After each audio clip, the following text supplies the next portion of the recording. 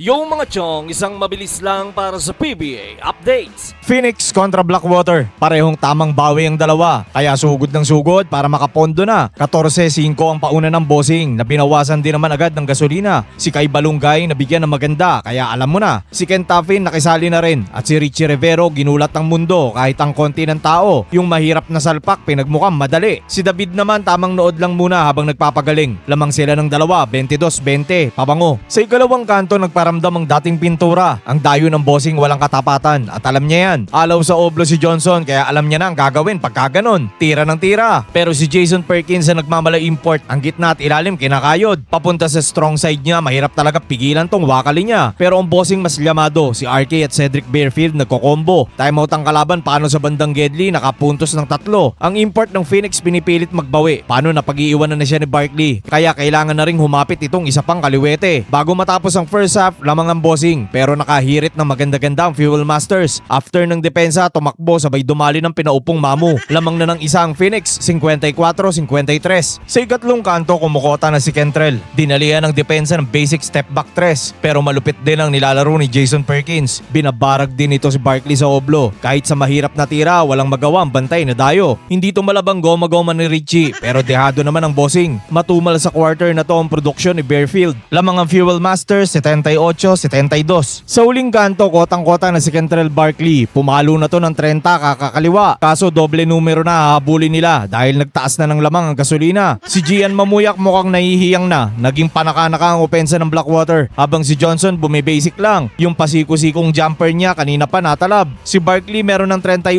at 25 rebounds. Na ginawa niyang 36, binaba nito ang hinahabol sa 7. Kaso naubusan na rin ang oras. At yun na nga, panalo ang Phoenix. Best player of the game si Jason Perkins na kumaliwa ng 25 points at 6 rebounds. Nice bawi para sa gasolina. At sa mga nag-aabang, yung favorite ng lahat, umiskor na.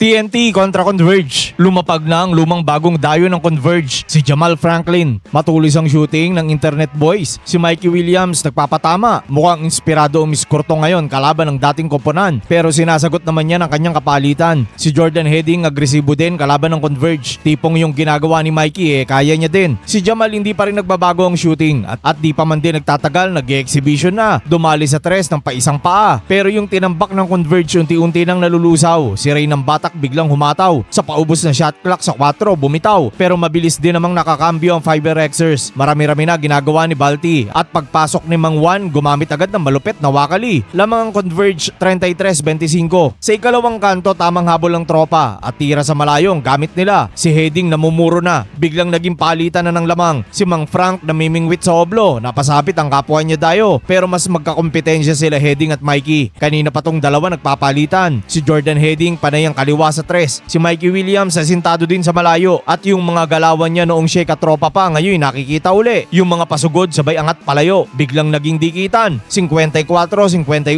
Converge. Kataasan si Heading sa kanyang 20 katapatang 17 ni Mikey. Sa ikatlong kanto alagwa ulit ang Converge. At kapag minamalas ka nga naman si Jordan Heading ininda ang balikat. Di pa maintindihan kung naipitan, nahatak o anuman. Makikitang sa bench ginagawa ng paraan. Kita din sa mukha na nasasaktan. Kaya si Coach Chot problematic na lalo. But wait, meron pa. Si RR Pugoy naman ang sumunod. Itong pagkaka-stretch ng tuhod medyo nakakatakot. Habang ang Fiber Xers tuloy lang sa pag-score. Si Justin Baltazar consistent sa 3. Pati sa oblo na may merwisyo na rin. Liamado ang Converge 80-71. Sa uling kanto akalain mo TNT na ang lamang. Sa 5 minuto bumitaw si Darius sa 3. Abante ng 3. Baliktad na, Converge na, naghahabol. Si Jamal Franklin ang gagawa niyan. Tumira sa 3, pasok, may kasama pang foul. Bumawi si Ray ng Batak, may pasabit din. Kaso si Mang Frank nagpapausok na. Bumitaw ulit ngayon sa 4 naman. Pero sa 1 minuto, TNT na ulit ang Liamado. May nangunguha ng offensive rebound, malaking tao. Walang umabot kay Henry Galinato. Maya-maya lang ginawa yung 4 ni Stingray. Nalibre sa Gedli, humatak, pasok. Ang kaso pagbalik may namingwit. Bagito ang nakuha, si Kitevis foul sa 4 pa. Si Jamal sa linya walang kakaba-kaba. Siyam na segundo, 107 tabla. Overtime ba? Hindi daw, sabi ni Ray ng Batak. O wala daw kukurap. Ang huling tira si Ray ang babanat. At yun na nga, panalo ang TNT. Best player of the game si Ray ng Batak na humatak ng 30 points. Samantala tinalo ang kumpletong Converge ng Corimao Boys. Samantala si Hudson parang gusto magtanong, Boss, import ba talaga problema? Hanggang dito na lang mga chong. Maraming salamat. Hanggang sa muli.